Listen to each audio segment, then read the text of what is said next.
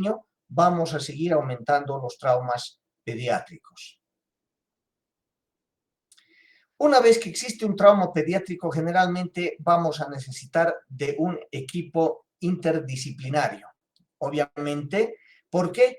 Porque la parte psicológica va a tener que dar un apoyo a la familia.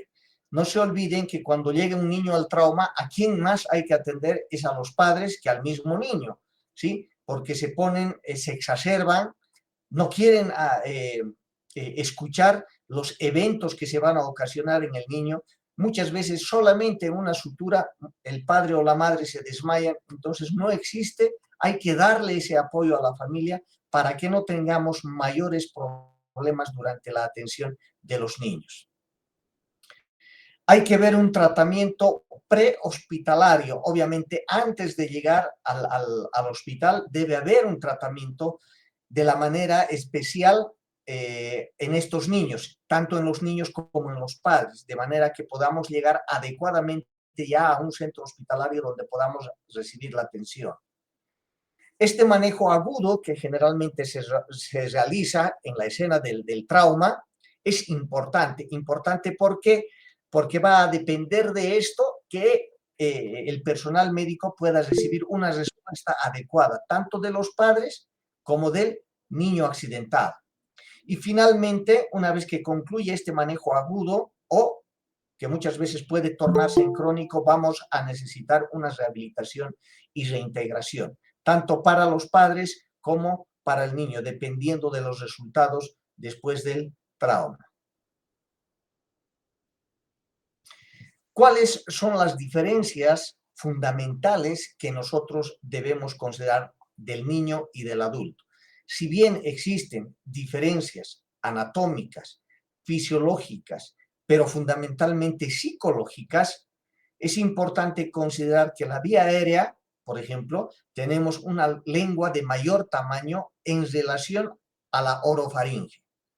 ¿Esto por qué es importante considerar?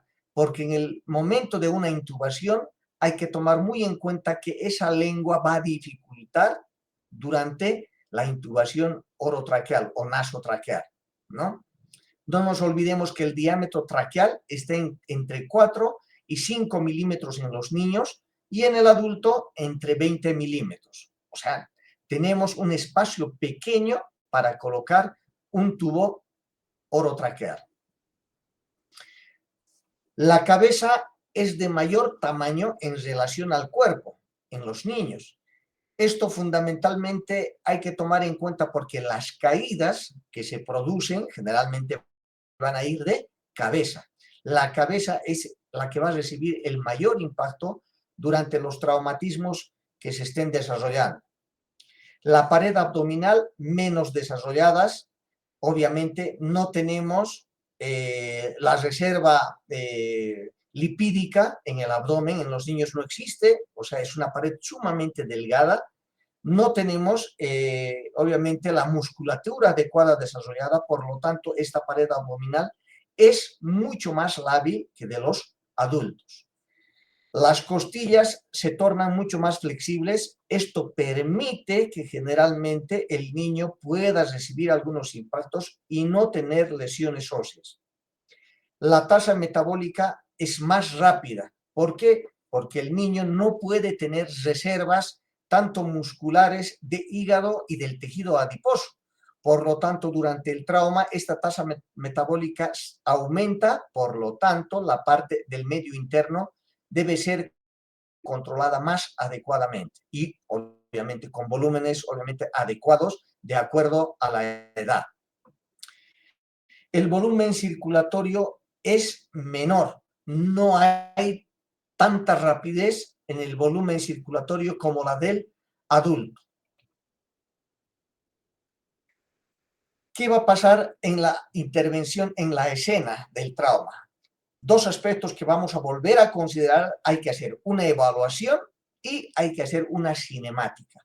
En cuanto a la evaluación, como vamos a ver, ¿sí?, vamos a tener que evaluar A, B, C, D y E. Asegurar la vía aérea, la respiración, la circulación, el déficit neurológico y la exposición. Y en cuanto a la cinemática, lo que generalmente debemos tomar en cuenta es cuál ha sido el mecanismo.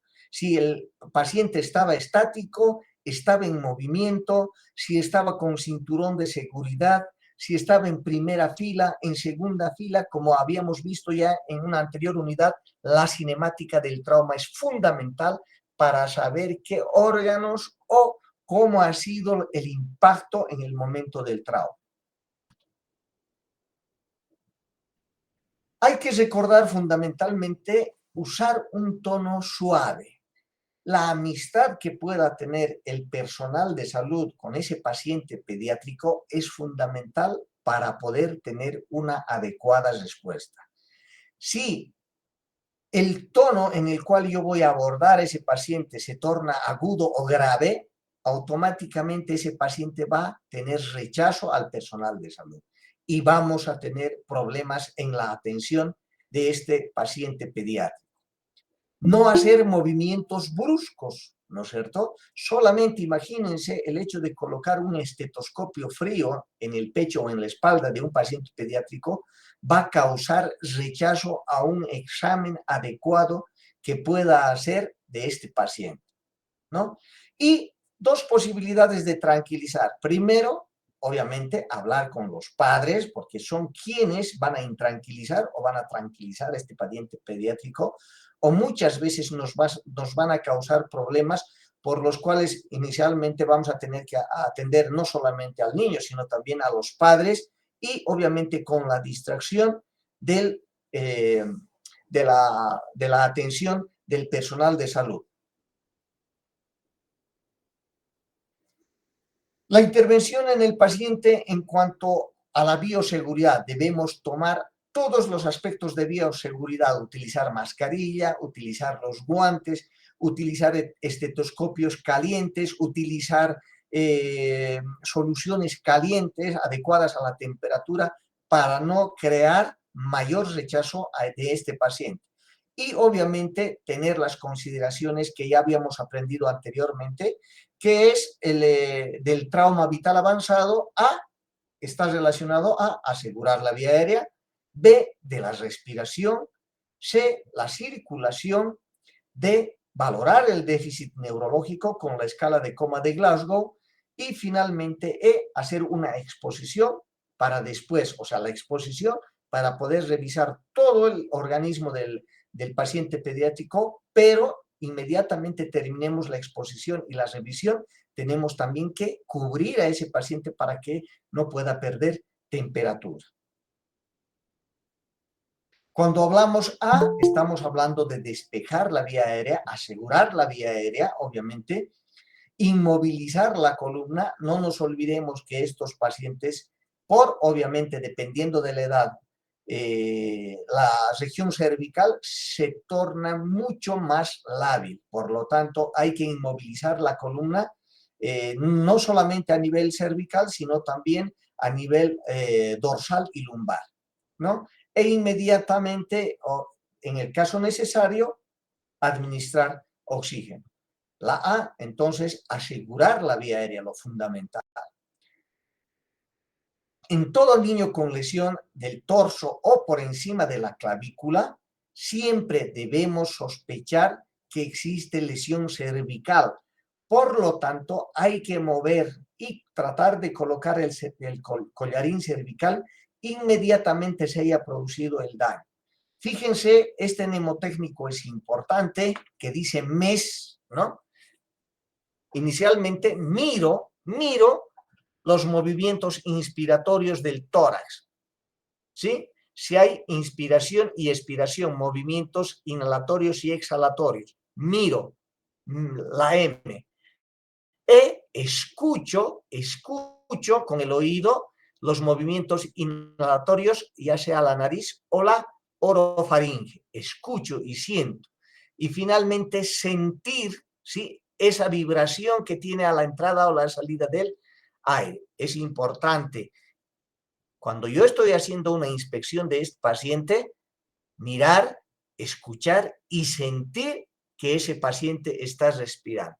De no hacer, ustedes saben que tenemos que empezar con las maniobras de resucitación cardiopulmonar.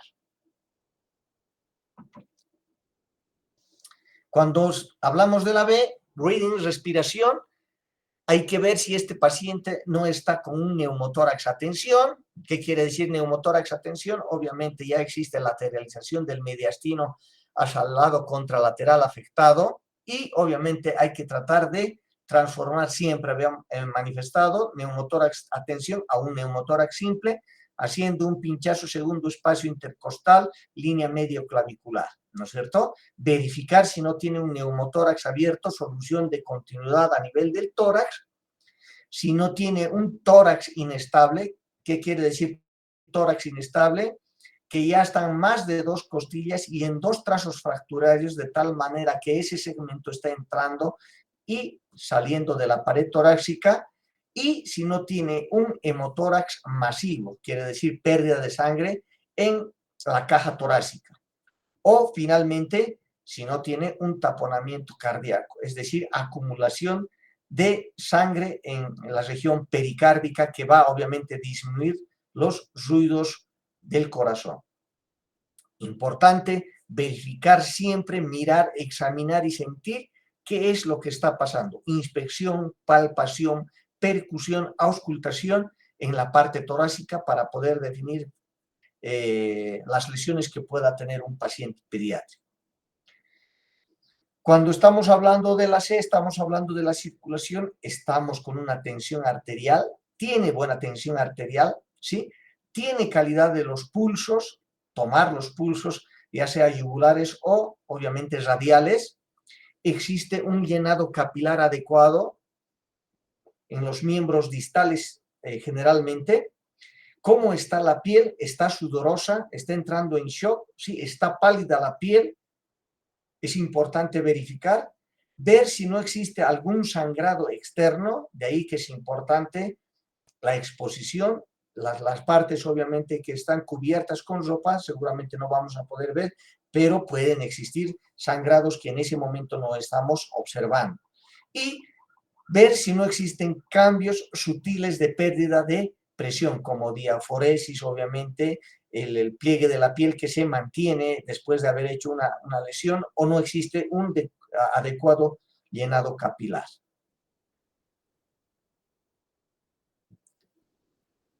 Habíamos visto esto también en una anterior unidad, la respuesta sistémica en el paciente pediátrico, ¿no es cierto? Obviamente mayor al 25% de el volumen corporal, ya vamos a tener taquicardia, pérdida del 25%, taquicardia, pulso débil e hipotensión, y pérdida mayor del 40%, hay hipotensión ya severa, taquicardia o bradicardia y pulsos ausentes, ¿no? A nivel del sistema nervioso central, este paciente, de acuerdo a cómo ha llegado, puede estar letárgico, irritable o confuso. Generalmente no nos confundamos, si un paciente es irritable, muchas veces solamente puede ser por la presencia del personal de salud, ¿no es cierto? Entonces hay que tomar o hay que considerar también ese aspecto. Alteración del sensorio, respuesta disminuida al dolor. Entonces estamos entrando en un paciente que probablemente puede estar entrando en shock, dependiendo del tipo de shock, no solamente es, ¿cómo se llama? Es hipovolémico, puede ser también cardiogénico o puede ser también neurológico, ¿no? Y obviamente en el caso más grave puede estar ya ese paciente comatoso, no responde a ningún estímulo con una escala de coma de Glasgow menor a 6, que ya va a tener necesidad de hacer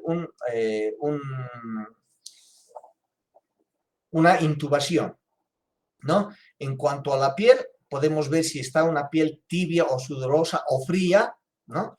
Cuando está en una pérdida del 25%, ya puede estar moteada, ¿sí? Extremidades frías, llenado capilar retardado, y finalmente cuando ya tenemos una pérdida mayor al 40%, ya vamos a estar con una piel pálida o fría, dependiendo de la reacción vasovagal de ese paciente. En cuanto a la parte renal, una pérdida mayor al 25%, una diuresis disminuida, la densidad de la orina aumentada, obviamente, la pérdida de 25% vamos a tener ya oliguria y finalmente mayor al 40% ya anuria, un paciente que no orina, ¿no? Y obviamente sabiendo que esa diuresis horaria debe ser mínimo 0,5% mililitros por kilogramo de peso hora. Importante considerar la diuresis.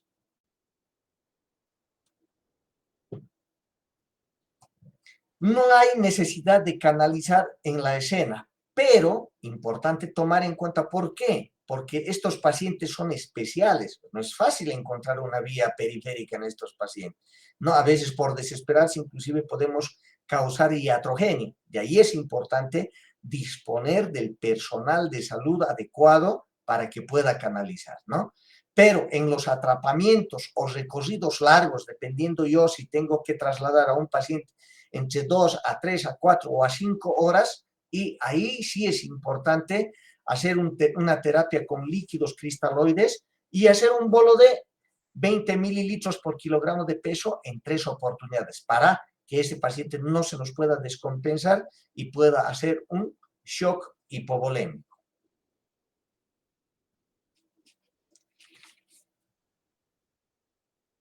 Cuando estamos hablando de un déficit neurológico, obviamente es importante verificar, ¿sí? ABDI, ¿no? Si este paciente está alerta, si tiene respuesta a los estímulos verbales, si tiene respuesta a los estímulos dolorosos e identificar si este paciente está, obviamente, en estado de poder responder, ¿no? Cuando hablamos de D, hablamos también de verificar las pupilas, si están isocóricas, si están mióticas, si están midriáticas o están anisocóricas. Es importante fijarnos las pupilas para determinar el estado neurológico, ¿no? Y si ha habido alguna lesión a nivel neurológico. Y finalmente determinar lo que nos ayuda en la escala de coma de Glasgow, una respuesta motora al estímulo doloroso, una respuesta verbal, ¿no? En muchos de estos casos, estos pacientes es bueno que estén con los familiares para que, obviamente, podamos ayudarnos con ellos a hacer algunas preguntas. Y en el caso de lactantes, por ejemplo, obviamente, aquí es mucho más complicado, ya solamente tenemos que hacer la respuesta a los estímulos, ya sea dolorosos o a los estímulos de flexión o tracción, porque estos pacientes no van a poder hablar, ¿no? De ahí la importancia de poder tener siempre la ayuda de los padres. Ellos nos van a ayudar en qué situación estaba, si estaba dentro del vehículo, si ha llegado fuera del vehículo, si estaba obviamente cubierto con algunas cobijas, no estaba sin cinturón de seguridad. Mucho de esto va a ayudar fundamentalmente de que el familiar, los padres, nos puedan obviamente informar.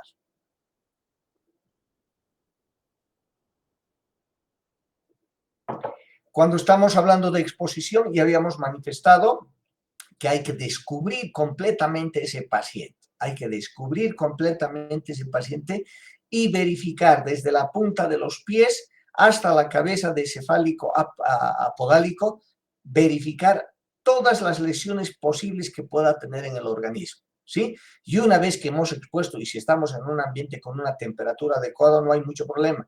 Pero si no estamos en un ambiente con una temperatura adecuada, inmediatamente hay que hacer control de la hipotermia, porque estos pacientes rápidamente pierden calor y no tienen la cobertura lipídica que tienen los adultos y rápidamente pueden descompensarse, ¿no? Aquí estamos revisando minuciosamente, como les digo, de cefálico a podálico. Muchas veces podemos obviar, ¿sí?, lesiones en la parte dorsal, ¿no? Un paciente en decúbito dorsal solo vemos la parte anterior, los pies, pero no vemos la parte dorsal donde se ha producido alguna lesión. De ahí la importancia.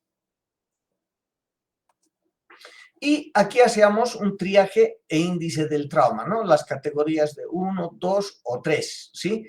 Mayor a 20 kilogramos, entre 10 y 20 kilogramos y menor a 10 kilogramos, ¿no? Una vía aérea normal, sostenible, inestable, ¿sí?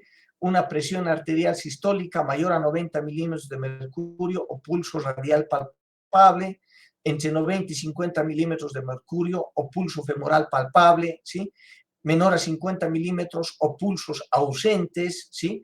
Podemos poner un triaje de 1, 2 o 3. En cuanto al sistema nervioso central, vemos si el paciente está despierto, está obnubilado o inconsciente, o finalmente está en un estado comatoso o descerebrado, ¿no? Ahí obviamente ya inmediatamente tiene que haber la asistencia de neurocirugía, ¿no? Si tiene una herida, si no tiene una herida menor o mayor o penetrante finalmente para entrar directamente a quirófano. Y finalmente verificar también las fracturas, si es una fractura cerrada o finalmente abierta o múltiples fracturas, y de acuerdo, cuando tiene múltiples fracturas, ver cuál tiene mayor importancia y cuál debe ser corregida inmediatamente. Eso obviamente se hace una junta médica donde la lesión que esté comprometiendo la vida primero debe ser solucionada y después el resto con el tiempo, ¿no es cierto? Entonces de ahí la importancia de que estos pacientes deben ser tratados de manera multidisciplinaria. Esta sigla es importante en la evaluación secundaria, ¿sí? En la revisión o evaluación secundaria amplia, si no nos olvidemos de este mnemotécnico, amplia donde A, verificar si este paciente averiguar si tiene o no tiene alguna alergia, algún medicamento, ¿no? A la administración de algún medicamento, o finalmente a la exposición de algunos desinfectantes, por ejemplo, puede tener alergias. Entonces, amplia nos dice preguntar si no tiene alergias, la M si no tiene alergias a los medicamentos, ¿sí?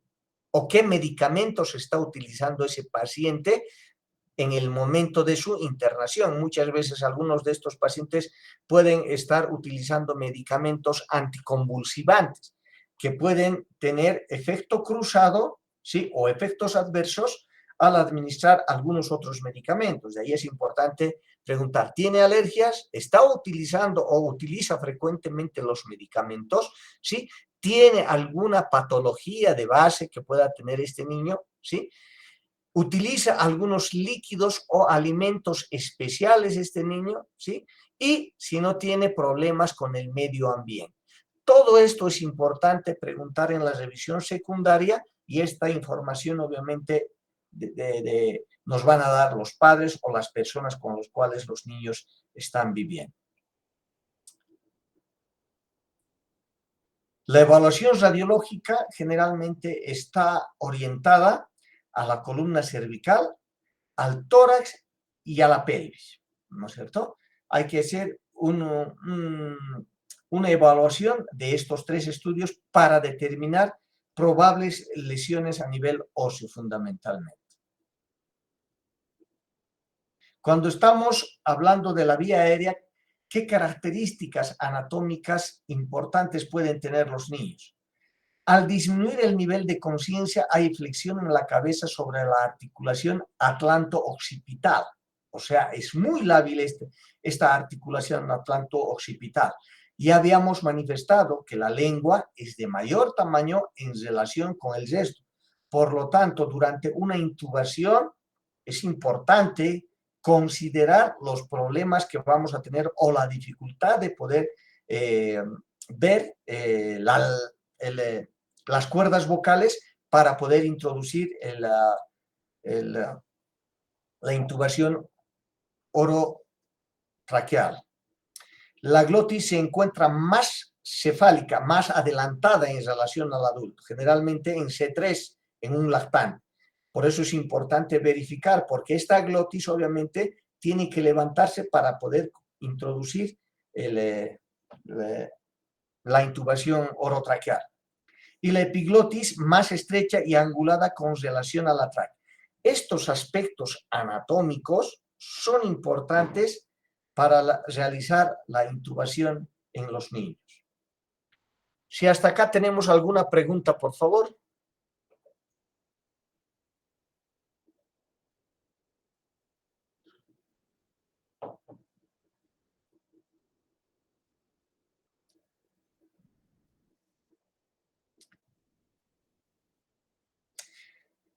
Continuamos entonces. La porción más estrecha podemos encontrarla a nivel del cartílago cricoides en la región subglótica, debajo de la glotis, ¿no? Es la porción más estrecha donde generalmente se mide el tipo de tubo endotraqueal que voy a colocar, de acuerdo a eso, ¿no? Un pediátrico, obviamente, debo disponer, ¿no? Para no hacer lesiones.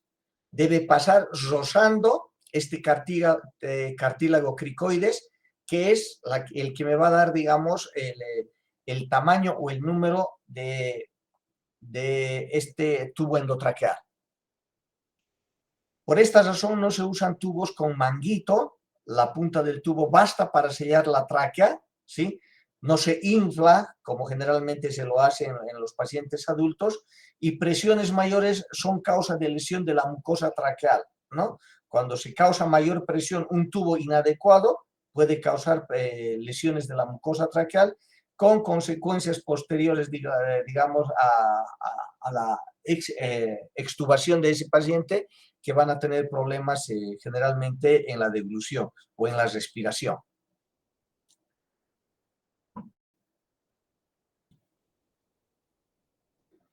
Fijarse que antes de los 5 meses de la vida, los niños son respiradores nasales, ¿no? Ya que no tienen aún la coordinación sensorial y motora para usar la orofaringe. Solamente, vean ustedes en los niños, en estos niños, introducen y sacan el aire solamente por la nariz, no abren la boquita, está completamente cerrada la boquita, ¿no? Esta coordinación sensorial motora no la tienen muy desarrollada, por lo tanto, solamente hacen la respiración nasal. El consumo de oxígeno es de 7 mililitros por kilogramo de peso minuto, comparado con 3 mililitros por kilogramo de peso minuto del adulto. Fíjense, es mucho más, ¿no? De ahí la importancia de poder asistir con oxígeno sabiendo lo que voy a hacer con un adulto o con un pediátrico. Pautas principales que tenemos que hacer en este tipo de pacientes: siempre evaluar y reconocer las lesiones que puede tener en el organismo de este paciente. Ver generalmente el nivel de conciencia que tiene, está alerta, ¿sí? Está letárgico, está somnoliento, está obnubilado este paciente, debo reconocer adecuadamente. Estigmas de trauma craneofacial o en el cuello, ver qué lesiones podría haber tenido dependiendo dónde estaba en el momento de o en la escena del trauma, ¿no? Preguntar siempre a la familia dónde estaba sentado, primer asiento, segundo asiento, estaba con cinturón de seguridad, no, etcétera, etcétera. Inmovilización cervical siempre, el movimiento cervical en este tipo de pacientes es fundamental, ya que muchas veces por hacer movimientos bruscos podemos causar lesiones iatrogénicas. Verificar o no si tiene enfisema subcutáneo, solución de continuidad a nivel del tórax, verificar la región cervical, región torácica, ¿sí?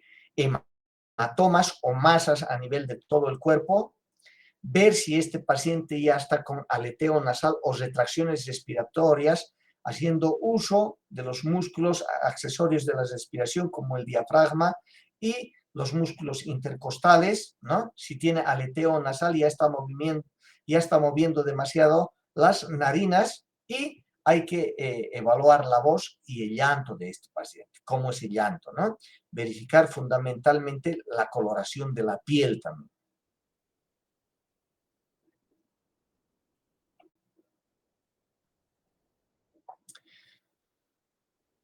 Cianosis es un signo tardío de compromiso cardiopulmonar. Verificar generalmente a nivel oral si esos labios están con coloración rosada, no cianótica, ¿no? Verificar cuál es una vía aérea difícil, niños muy pequeños, y ahí verificar el índice de Mallampati, que es un índice para ver si ese paciente tiene cuello corto, si tiene largo, o el índice tiromentoniano, ¿no? Que para estos pacientes no está validado. ¿Por qué? Porque solamente va a tener la dificultad en elegir el tubo orotraqueal. Solamente esa es la dificultad. Para estos pacientes no sirve esta valoración de Mallampati. Se recomienda un aporte de oxígeno con una fracción inspirada de oxígeno más alto, ya que las necesidades metabólicas en estos pacientes están aumentadas. Si estas necesidades están aumentadas, obviamente hay que darle mucha más fluidez en el volumen minuto, como habíamos visto en una anterior diapositiva, ¿no? Generalmente, obviamente, con este tipo de máscaras o cajas, donde se puede, obviamente, administrar mejor el oxígeno. Hay que recordar siempre, siempre que la ansiedad produce descarga simpática, lo que aumenta la necesidad metabólica. Como estos niños si están llorando permanentemente o están haciendo una inspiración y expiración mucho más forzada, puede existir una alcalosis metabólica, que muchas veces si no consideramos y no damos oxígeno, se nos pueden desmayar solamente por hacer esfuerzo en el llanto, ¿no? De ahí la importancia de hacer la administración de oxígeno. Estos son los sistemas de administración en los niños. Obviamente puedes utilizar cánula nasal, puedes utilizar máscara simple, puedes utilizar máscara de no reinhalación, puedes utilizar sistema Venturi, que es el más adecuado, ¿sí? Puedes utilizar tienda facial, como habíamos visto en la anterior exposición, ya que fíjense en la mascarilla o la cánula nasal generalmente va a incomodar en un niño, va a tener reacción en una cánula nasal y se va a mover permanentemente. Por lo tanto, esta tienda facial es una de las mejores para la administración de oxígeno y una cámara de oxígeno, ¿no? Entonces hay que ver cuál dispongo y cuál puedo utilizar. Obviamente, fíjense, la fracción inspirada de oxígeno en estos pacientes, por ejemplo, con máscara de no reinhalación, está en el 80 y 90%, ¿sí? De 10 a 12 litros por minuto. En cambio, esta tiene 60, esta 40, ¿sí? Esta 80. Entonces, ¿cuál es la más adecuada? Debo verificar no solamente cuál es la más adecuada, sino de cuál dispongo para poder darle oxígeno a los niños. En el caso de que este paciente puede inclusive solamente haberse atragantado con la lengua, que habíamos dicho que es mucho más grande en estos pacientes, la maniobra de Heimlich, fíjense, aseguro la vía aérea, haciendo obviamente una palpación con el dedo índice de la lengüita, ¿dónde está la lengua? ¿No? Fíjense cómo es la maniobra de Heimlich en los niños, obviamente en unos 4 o 5 años, pero fíjense en un lactante cómo es la maniobra de Heimlich y cómo es la forma de agarrar. Muchas veces ha sucedido, por ejemplo, que se atragantan con el biberón, ¿no? Y esta es la forma de desobstruir la vía aérea inmediatamente se hayan atragantado. De ahí la importancia, no solamente que nos sirve de manera de atender, sino mañana pasado vamos a ser padres y vamos a estar con estos problemas.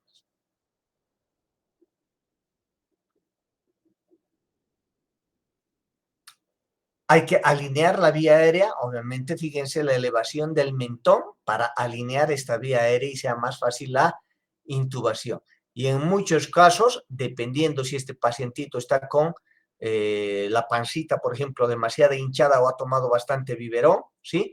Hay que inclinar la cabecita por si pueda tener un vómito o una regurgitación, de manera que no pueda hacer un síndrome de Mendelssohn, ¿no es cierto? Mendelssohn, o neumonitis química, ¿no? O broncoaspirase, que es lo mismo, ¿ya? De ahí es la importancia. Cánula orofaringia o cánula de Guedel sirve en estos casos, que nos ayuda inmediatamente a desobstruir la vía aérea, ¿no? No tenemos mucho problema. Fíjense este ángulo de la mandíbula que pueda llegar inmediatamente y desobstruir la vía aérea. Generalmente, ¿por qué? Porque la lengua de los niños es mucho más grande, ¿no es cierto? Entonces, para estos pacientes se utiliza bastante esta cánula orofaringia o cánula de Guedel también se llama, ¿no? O, finalmente, tenemos máscaras orolaringeas, ¿no? Pediátricas, fíjense, estas nos van a ayudar fácilmente a poder desobstruir una vía aérea. Esta solamente va a entrar a nivel orolaringea, no hay necesidad de pasar la laringe con el tubo endotraqueal. Sin embargo, rara vez se dispone de estas máscaras orolaringeas y fíjense los diferentes números. Esto es lo que debe tener generalmente todas las unidades de emergencia, ¿no? No solamente los tubos endotraqueales, sino también estas máscaras orolaringeas de acuerdo a la cual uno pueda utilizar y pueda salvar vidas. La no disponibilidad de estos medios obviamente va a hacer que mientras más tardemos, obviamente, este paciente puede comprometer más su vida. Y acá tubos endotraqueales también de diferentes tamaños, ¿no? Fíjense, como habíamos manifestado acá, ni siquiera ya se infla en este tubo orotraqueal, ¿no? ¿Por qué? Porque habíamos dicho que inflar este tubo, este balón de aire, obviamente, y tener muy apretado puede comprometer la mucosa facial. Por lo tanto, generalmente vienen de este tipo para los niños, ¿sí? Esta vía aérea definitiva, ¿cuándo la vamos a hacer? Obviamente, cuando ese paciente ya no está respirando, ¿sí? Necesita una resucitación cardiopulmonar, RSP, ¿sí? Hay un compromiso inminente, no respira, está sin aire, ¿sí? Un Glasgow por debajo de 8 necesita una intubación, necesidad de hacer obviamente enclavamiento de la arteria pulmonar y obviamente dar inmediatamente aire cuando están con quemaduras faciales, obviamente porque esta vía aérea obviamente está quemada en cuanto a los cilios y no vas a respirar adecuadamente, incapacidad de mantener un suministro adecuado, todo esto, ¿sí? Hace de que este paciente pueda ser requerido de una vía aérea definitiva. En menores de 8 años, sin balón, habíamos visto, es bueno para no lesionar la mucosa y en mayores no debe superar los 20 centímetros de agua, o sea, inflar no más a 20 centímetros de agua, obviamente también para no lesionar la mucosa orotraqueal, ¿sí? Hay que ver los diámetros del tubo entre edad de 4 años, o verificar 4 más 4 o verificar el dedo meñique o la narina de ese paciente para comparar qué tubo debo colocar, ¿no? La distancia a la punta del tubo en menores de 2 años, un diámetro del tubo por 3 multiplicado y en mayores de 2 años de edad 2 más 2. Hay que ver ya qué tipos de tubo yo tengo y cuáles debo utilizar adecuadamente. Fijándome, obviamente, si tengo un laringoscopio, ¿sí? Obviamente también de niños, y fijándome cuál puede entrar adecuadamente para no maltratar y no hacer lesiones que después obviamente compliquen más a este paciente, ¿no? Y aquí tenemos dos tipos de laringoscopios, los de Miller y los de McIntosh, son los dos, ¿sí? Y las diferentes hojas pediátricas, ¿no? Las diferentes hojas pediátricas que en algunos casos en los hospitales de emergencia debemos disponer de las dos, ¿no?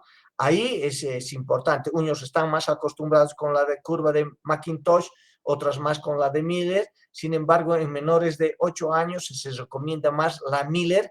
¿Por qué? Porque obviamente no tiene esta posibilidad de poder lesionar, no es mucho más, esta es más Roma y no es tan puntiaguda como la de Miller. Acá podemos ver cuando necesitamos una cricotiroidotomía, ¿sí? El cartílago cricoides, ¿sí? Que es la más fácil poder romper, obviamente, y poder colocar el tubo. Hacer una traqueotomía no es lo más adecuado en los niños porque hay que romper cartílagos laringeos que después de haber extubado este paciente pueden hacer traqueomalacia y después tener las complicaciones de cierre permanente de la vía aérea y hay que volver a reoperar. De ahí la importancia de utilizar este cartílago que es mucho más fácil. ¿Alguna pregunta si tenemos hasta acá?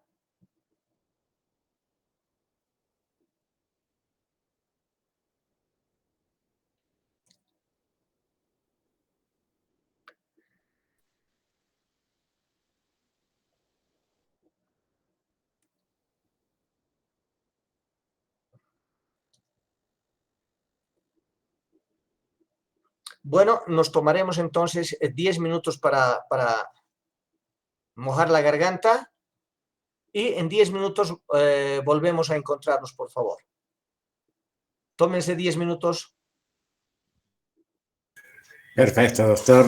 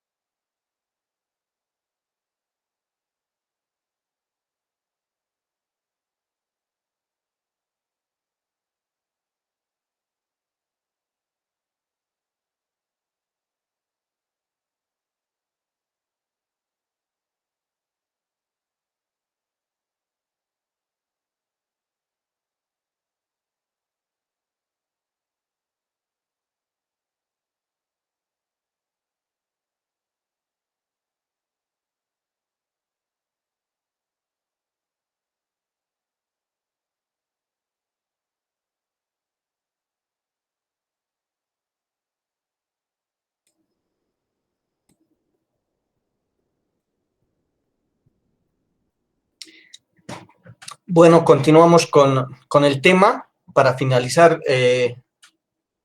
trauma en niños. ¿Se ve la pantalla, por favor? Sí, se ve. Gracias.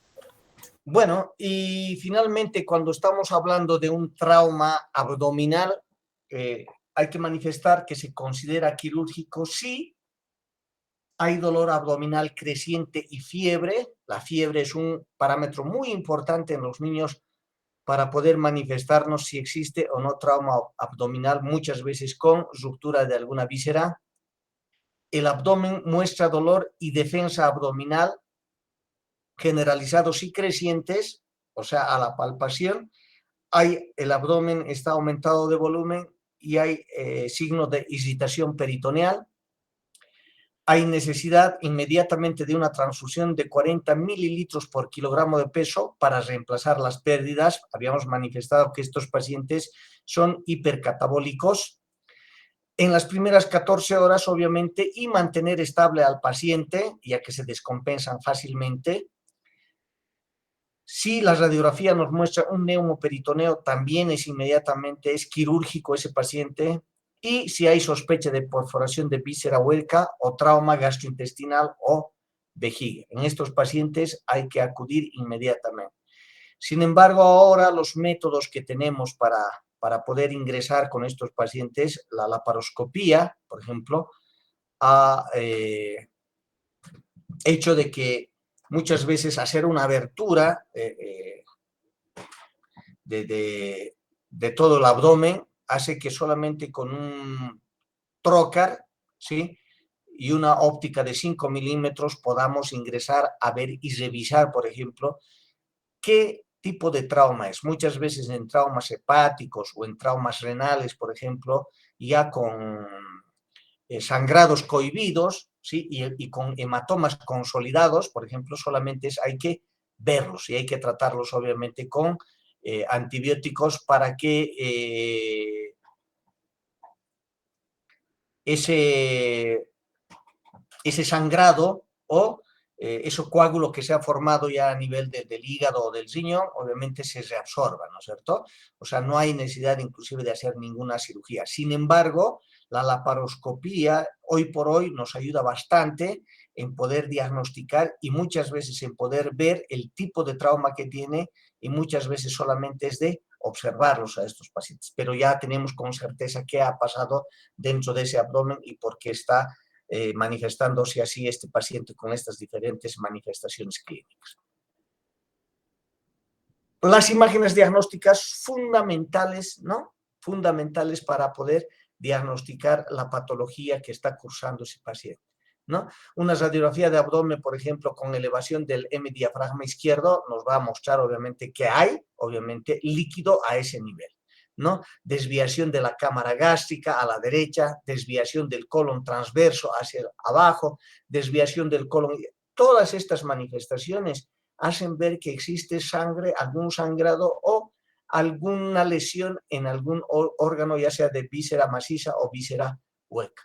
La ecografía fundamentalmente para ver lesiones de parénquima, hematomas y fundamentalmente si existe o no líquido. Es ideal, la ecografía tiene una sensibilidad y una especificidad del 90 al 95% en cuanto a líquido dentro de la cavidad abdominal.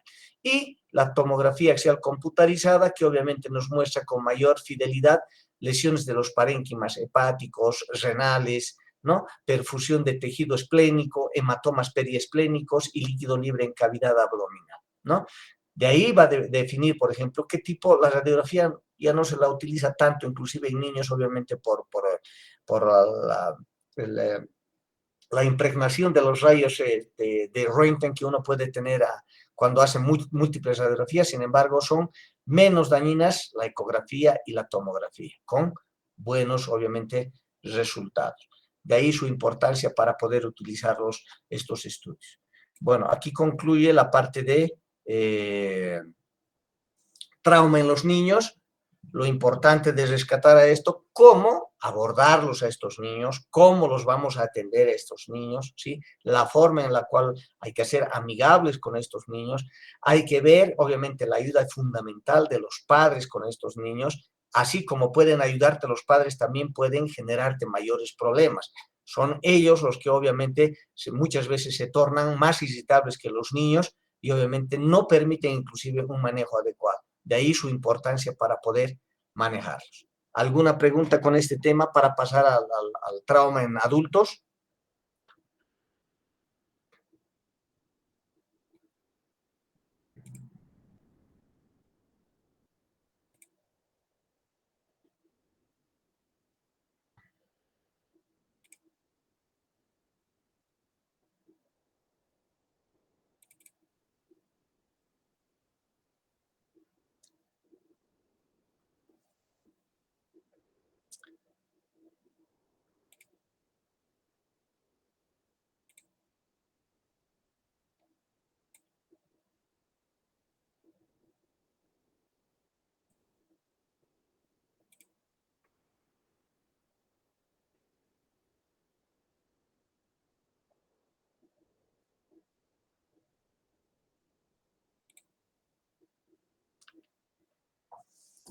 Tenemos en la pantalla el traumatismo en los ancianos, por favor, si alguien me confirma. En mi primer año en la AUB, Sí. oía a la gente hablar de mí cuando llegaba, diciendo, ¿quién se cree que es? Bueno, gracias.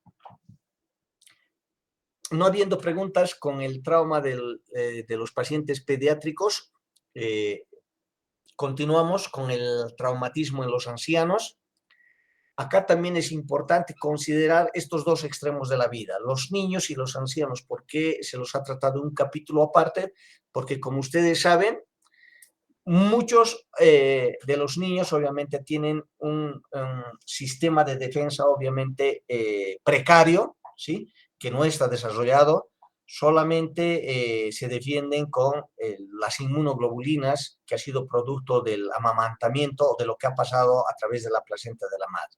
O sea, no tienen un sistema de defensa desarrollado. En cambio, los ancianos ya tienen un sistema de defensa deteriorado. Asimismo, todos los órganos, como van a ver, están también deteriorados. Y por eso que los estamos tratando en un capítulo aparte para tomar consideraciones tanto en estos dos extremos de la vida, los niños y los ancianos, ¿no? Cuando hablamos de envejecimiento, ¿sí? Debemos tomar en cuenta lo siguiente, ¿no? Hablamos de un envejecimiento de mediana edad de 50 hasta 64 años, un envejecimiento de edad tardía entre 65 a 79 años y un envejecimiento de edad avanzada de 80 o más años. Al igual que en los niños, habíamos visto unos lactantes también, unos niños, ¿no? En los adultos también va a depender en qué edad se encuentran y obviamente las diferentes complicaciones que van a tener cada uno de ellos, ¿no? Este espectro amplio en valoración y tratamiento en la atención prehospitalaria conlleva a poder definir al tipo de paciente que nos estamos enfrentando, ¿no? Solamente con el simple hecho de verlo al paciente, uno se da cuenta si ese paciente tiene un estilo de vida adecuado o ha tenido un estilo de vida adecuado, ha sido maltratado o tiene por lo menos una buena alimentación o una mala alimentación. De ahí que el personal de salud, todo el personal de salud debe estar comprometido en un tratamiento adecuado en este tipo de pacientes, ¿no es cierto? Ahora, fíjense que los adelantos médicos y el estilo de vida saludable han aumentado la población adulta mayor, ¿no es cierto? En nuestro país, por ejemplo, la esperanza de vida antes era 70 y ahora es 74, ha aumentado en 4 años más. Esos 4 años más, obviamente, lleva a una cantidad adecuada de estos pacientes que van a ir a los diferentes centros de salud. Y estos pacientes que llegan generalmente de edad avanzada ya no son para un solo médico, ya tienen diferentes patologías, ya tienen patologías articulares, tienen patologías psicológicas, psiquiátricas, patologías obviamente gastrointestinales por el hecho de la edad. Entonces, obviamente conlleva a un mayor desgaste de los servicios de salud, ¿no? Estos pacientes antes, por ejemplo, no tenían la mayor actividad física. Eso lleva también a prolongar la vida, ¿no? Por ejemplo, en países desarrollados, por ejemplo, tienen ministerios de la edad, ministerios de la edad avanzada. O sea, ¿qué quiere decir? O sea, estos ministerios de la edad avanzada lo que hacen en parques, en todos los parques, los fines de semana, una vez por semana, hacen vida social, ponen música, hacen spinning, o sea, mueven a toda su gente para que no les cause enfermedad. Porque una persona que está encerrada, está maltratada, si no come bien, obviamente se va a enfermar más. Fíjense la importancia que dan estos países desarrollados a las personas de edad avanzada, ¿no? Estas personas de edad avanzada, obviamente, si tienen plata, han generado dinero, ya tienen una buena jubilación, viajan, ¿sí? Muchos otros todavía, por la edad que puedan tener, 60, tienen mayor desarrollo, tienen mayor experiencia, siguen trabajando. Por lo tanto, viven más. Tenemos más cantidad de gente adulta mayor que vive más, ¿no? Las urgencias geriátricas tipo médico, seguido de traumatismos, caídas por vivir solos, asaltos, ustedes ven, escaldaduras, pueden ser diferentes extremos, ¿sí? Antes, el papá y la mamá, ¿sí?, tenían una casa y en la casa vivían todos los hijos, con las familias, ¿no? Entonces, ese anciano se veía ayudado, se veía observado, se veía atendido por los hijos. Sin embargo, ahora todo el mundo trabaja, abandonan. Los padres muchas veces se están quedando solos en la casa y están expuestos a los asaltos, a las quemaduras, a los accidentes dentro de los mismos domicilios.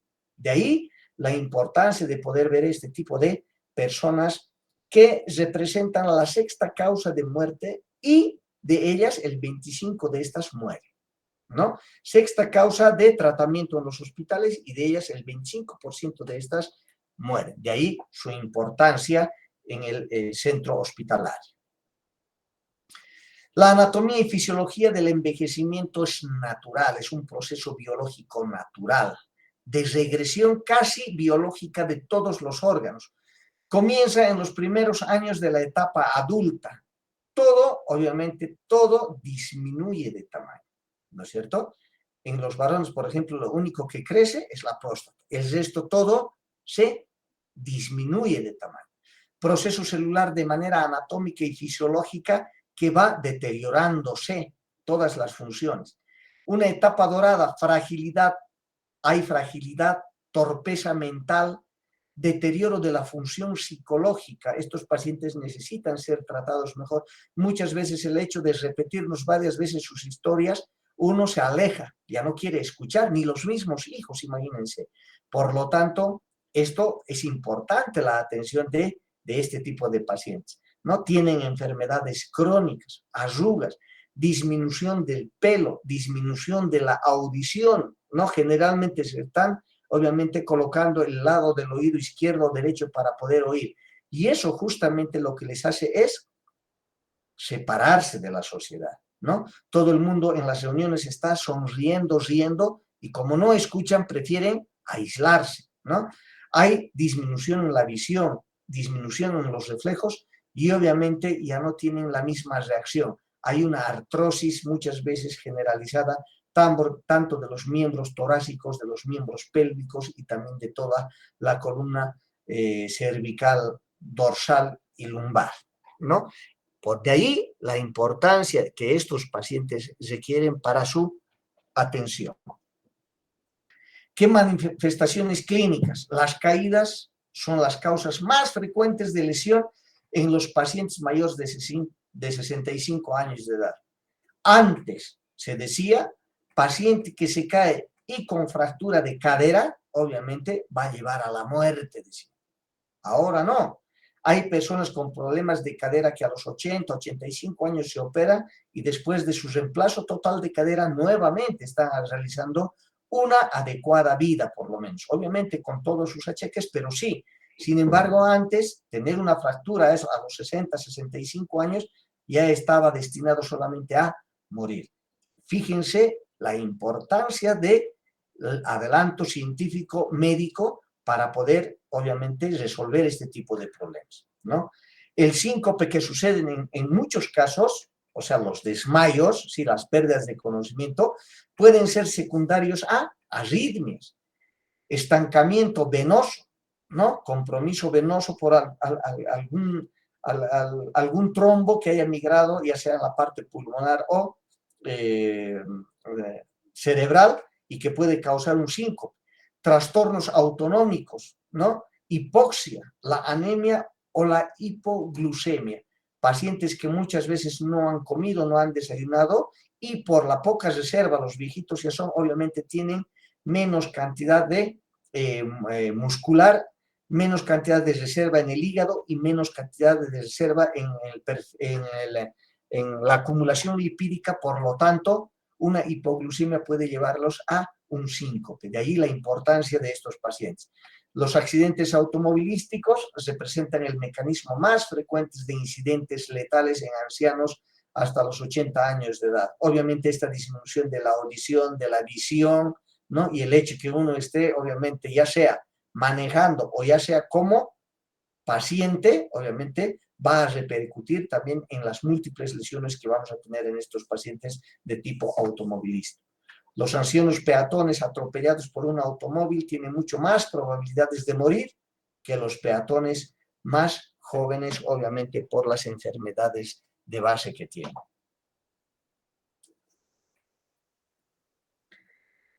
¿Qué influencia de los problemas médicos crónicos, las enfermedades de base que tienen este tipo de pacientes? Más probabilidades de sufrir 1 o 2 trastornos médicos significativos. Algunos no, los bien tratados, obviamente bien conservados, pero la mayoría, obviamente, que tenga una enfermedad crónica, tiene la probabilidad de sufrir 1 o 2 trastornos médicos significativos, ¿sí? Sus venas, obviamente, son mucho más lábiles. Solamente el hecho de canalizar este tipo de pacientes hacen hematomas, ¿no? No se desgarran en el momento de colocar, y obviamente hay problemas con la canalización de estos pacientes. Episodios agudos repetidos pueden producir efectos residuales crónicos en el organismo, ¿no?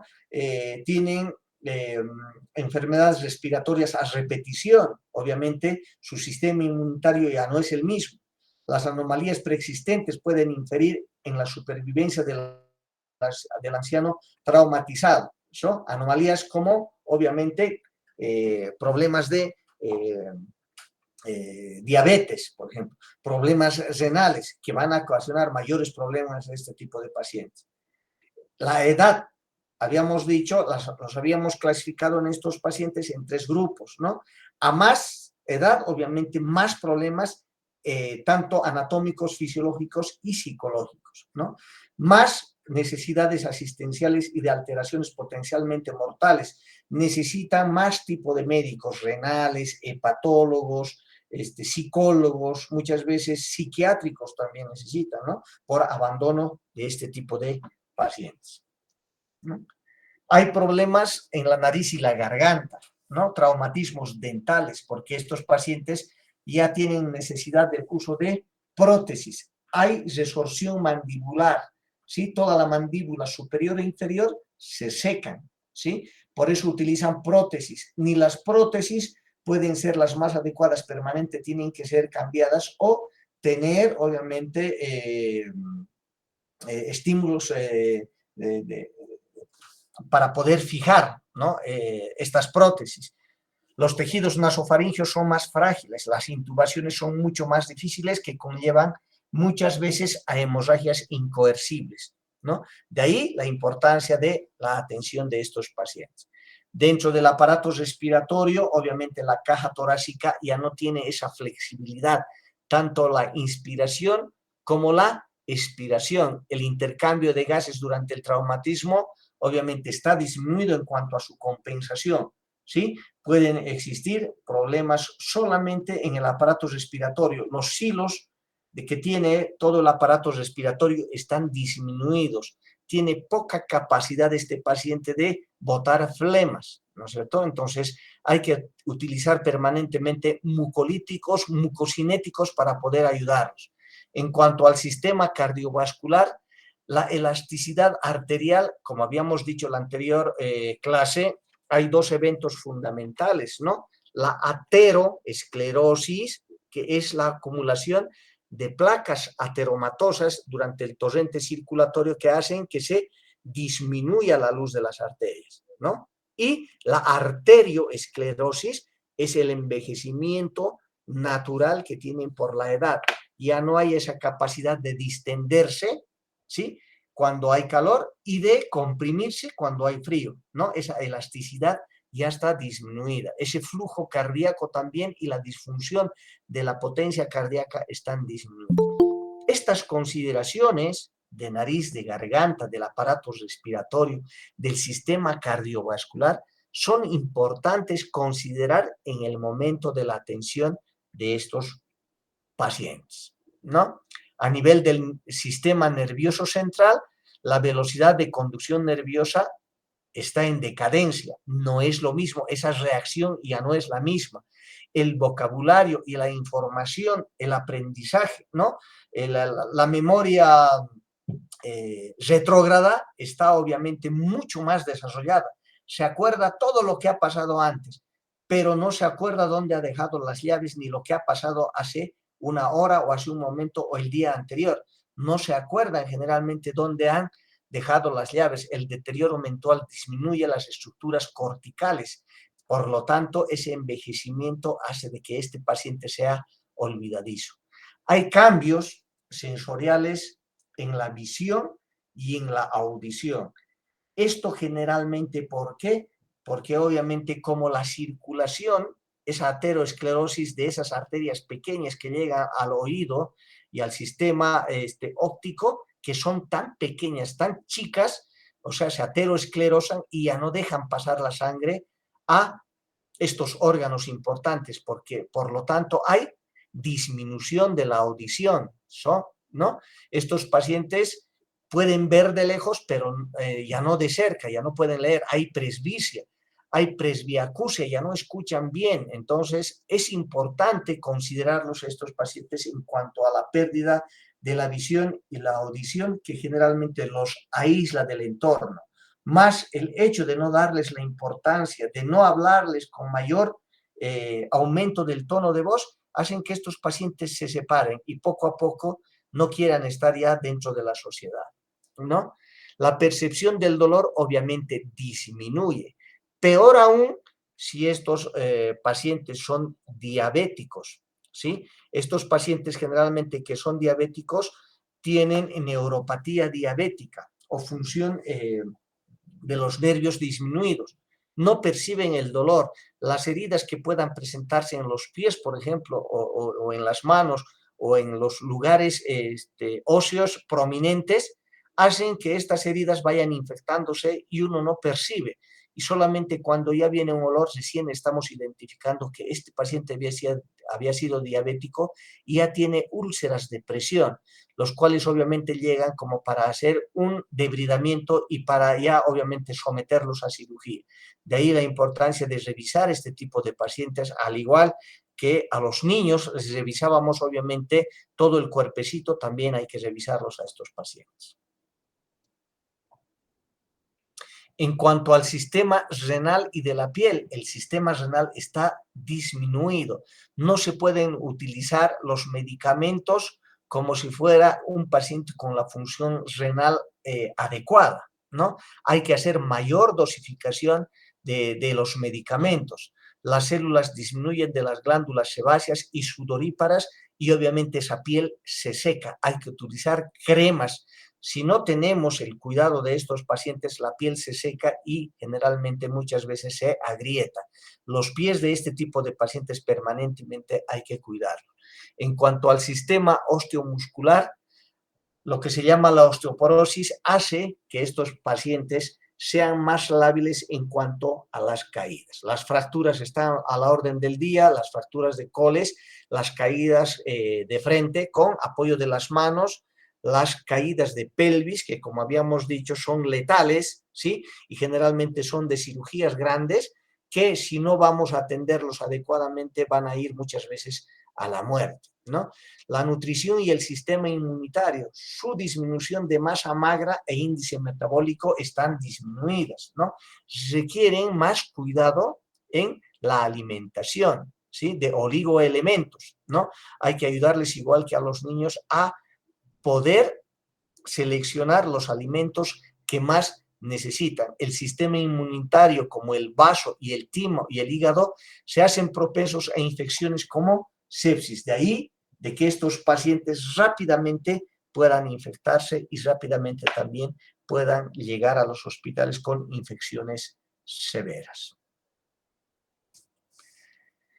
En cuanto a la valoración, siempre debemos preguntar la cinemática, ¿no? Las caídas son mayores en este tipo de pacientes porque hay pérdida del octavo par muchas veces, ¿no? Estatoacústico o auditivo. Por lo tanto, generalmente están propensos a las caídas, ¿no es cierto? Conlleva una mortalidad del 20%, que es alta después del año, y 33% después de los 2 años. Por producir embolia, ¿no? La migración de algún coágulo, hay que revisar las piernas y los brazos generalmente, esa migración de algún coágulo a nivel pulmonar puede llevar a un edema agudo de pulmón y una embolia pulmonar, y obviamente por falta de movilidad estos pacientes pueden fallecer, ¿no? Los traumatismos en accidentes de tráfico conllevan obviamente a trastornos del raciocinio. Si solamente a este paciente que estaba acostumbrado a vivir en su casa, lo llevo al hospital, se desorientan, pérdida de memoria y pueden tener reacciones adversas, y obviamente muchas veces estas mismas reacciones o pérdida del conocimiento hacen que estos pacientes puedan morir en los hospitales.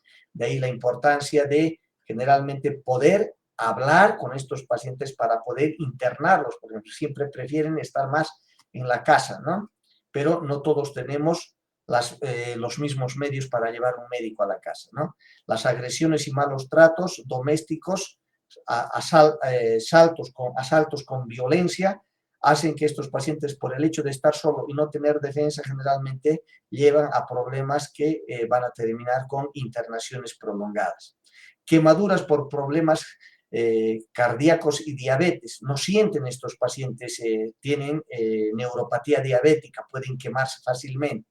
Adelgazamiento de su piel, pérdida de la agudeza visual y auditiva. Traumatismos cráneoencefálicos, a los 70 años pierde el 10% de la masa encefálica, por lo tanto la dura madre se adhiere al cráneo y las venas pueden ser mucho más lábiles en cuanto al desgaste. La arteria meningia media puede provocar fácilmente una hemorragia intracerebral, ¿no? La vía aérea y la ventilación, todas las mucosas están obviamente mucho más delicadas, ¿sí? Tienen menos irrigación sanguínea, por lo tanto van a sufrir mayor lesión en cuanto a una intubación.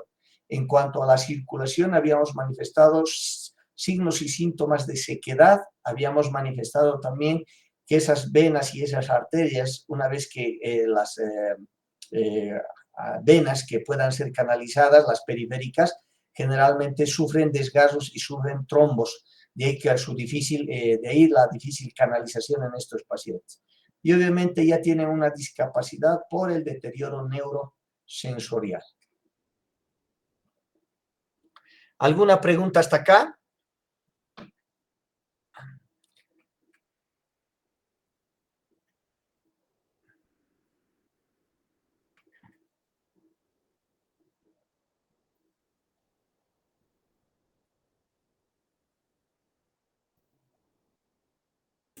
Nada, creo.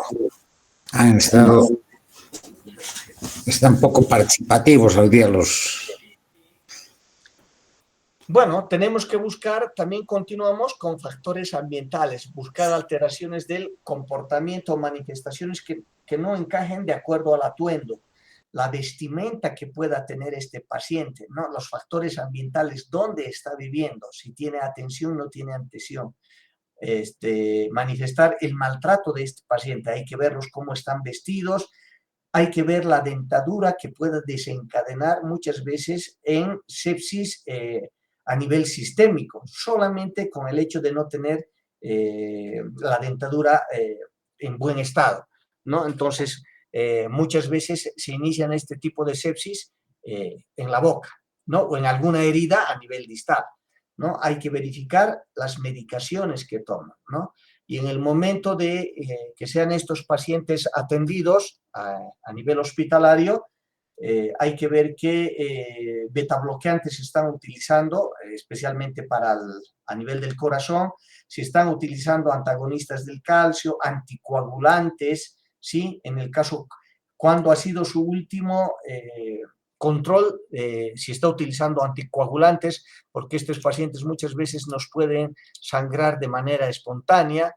Hay que preguntar si están utilizando hipoglucémicos, ¿sí? ¿Qué tipo de hipoglucémicos están utilizando y desde cuándo están utilizando? ¿Sí? Hay que preguntar qué medicamentos sin receta, generalmente los AINES, que generalmente producen sangrados gastrointestinales, ¿no? Es la causa más común de una perforación de una úlcera cuando estos pacientes por el dolor empiezan a consumir AINES de manera crónica y tenemos esos resultados que muchas veces no queremos ver, ¿no? Hay que ver si estos pacientes han tenido algunos trastornos médicos con un shock insulínico, un shock epiléptico, episodios de síncopes, si han tenido arritmias cardíacas, ¿no? Esto es importante verificar en estos pacientes. ¿Por qué? Porque, como les dije, vienen con múltiples patologías, necesitamos de un equipo multidisciplinario, ya no solamente los va a ver el geriatra, si va a tener problemas va a tener que verlo el cardiólogo, si va a tener problemas gastrointestinales el gastroenterólogo. Fíjense, es un tratamiento obviamente costoso, de ahí que muchas veces las mismas cajas, ¿no? A este tipo de pacientes a partir de los 60, 70 años ya no quieren darle seguro, ¿no? ¿Por qué? Porque también necesitan bastante medicación y bastantes médicos.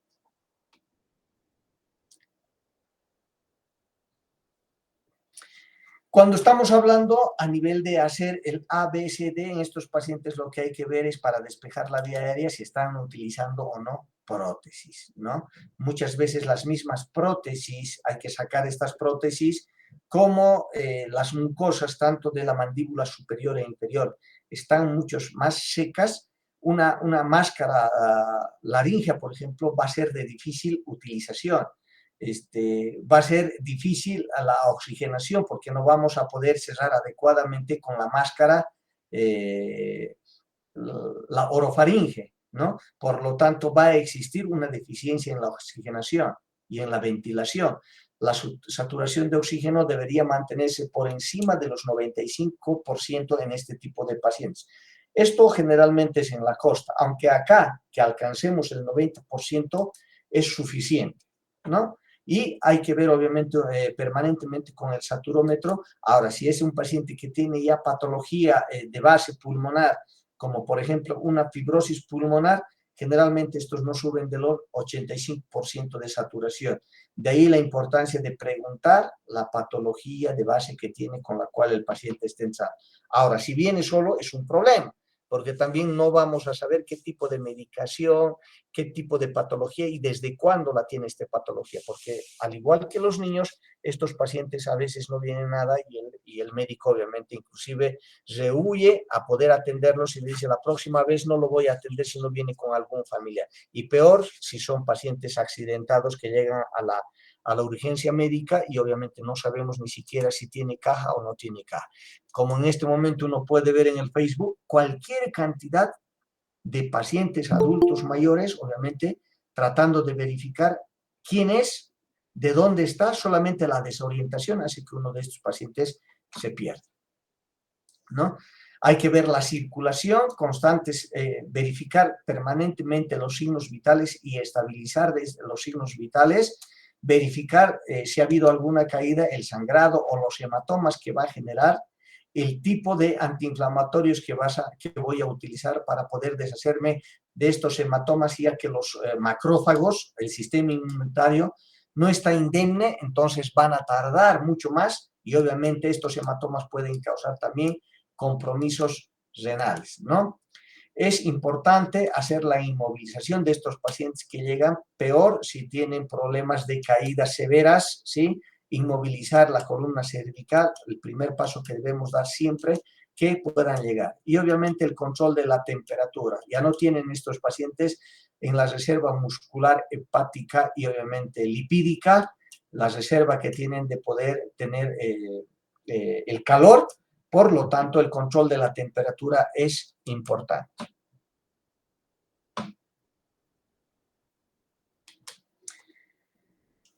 Al igual que los niños, las consideraciones legales son importantes. Está establecido, ¿sí?, con estos pacientes, tanto con los niños como en estos pacientes, ¿sí?, dar parte a la FELCC.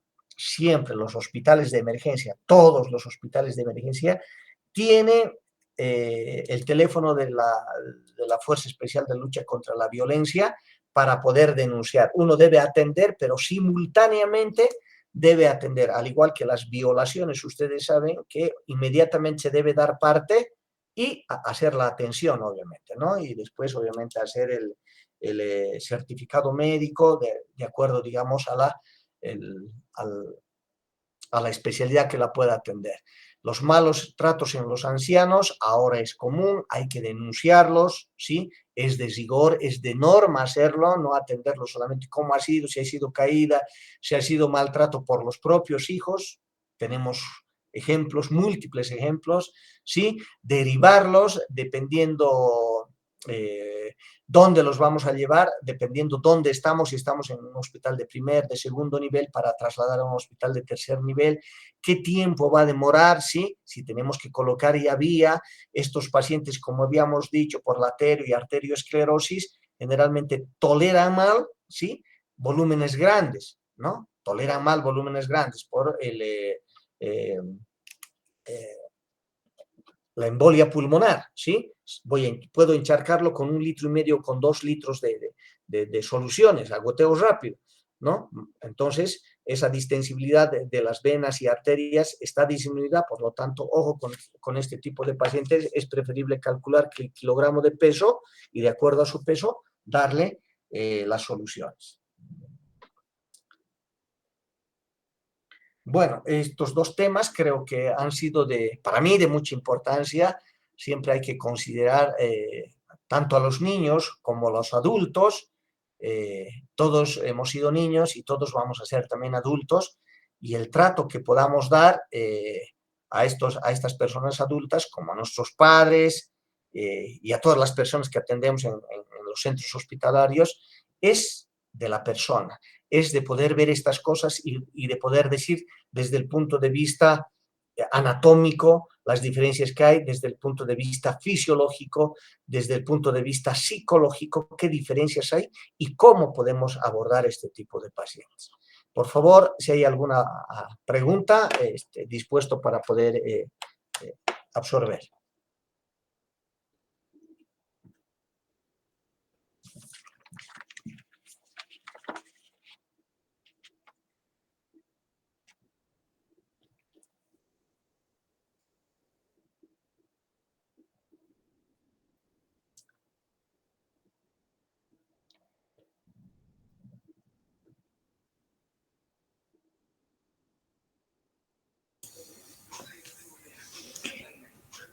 Muy bien, en vista de que no hay preguntas, vamos a dar por concluida la clase del día de hoy.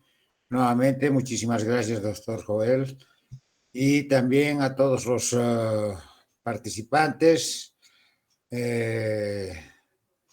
Felicitarlos por participar de la clase y espero que las próximas clases sean más participativos. Eso es muy importante.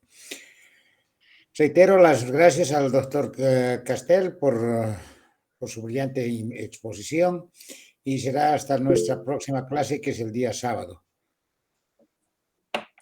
Perfecto, gracias, doctor. Quiero terminar, la clase de hoy manifestando de que no se olviden, y en muchos casos de emergencia hemos visto los pacientes adultos mayores que llegan obviamente descontrolados, ansiosos, y muchas veces solamente la falta de oxígeno hace de que estos pacientes se tornen de esa forma, ¿no? Líquidos y oxígeno en este tipo de pacientes es fundamental. Y el hecho de estar en un centro hospitalario donde no conoce les desorienta, ¿no? Tomar en cuenta esos aspectos para la vida cotidiana, porque todos los días nos llega este tipo de pacientes a los centros hospitalarios. Bueno, un abrazo igualmente, gracias por la atención y bueno, la última clase la tenemos creo que el día sábado, El ¿sí? sábado y después directamente el próximo sábado va a ser la clase práctica. Perfecto, una clase práctica, esperemos que contemos casi con la mayoría de los medios donde podamos todos utilizar y bueno, ahí las preguntas es importante, cómo podemos hacer, cualquier tipo de pregunta hay que hacerla, ¿no? Uno tiene experiencia y bueno, vamos a ir viendo, yo voy a tratar de llevar algunas cosas que tengo, que son gasas y vendas ya preestablecidas para diferentes patologías y bueno, la práctica es importante para este tipo de clases. Un abrazo y nos vemos el día sábado. Hasta luego y gracias por la atención. Buenas noches a todos.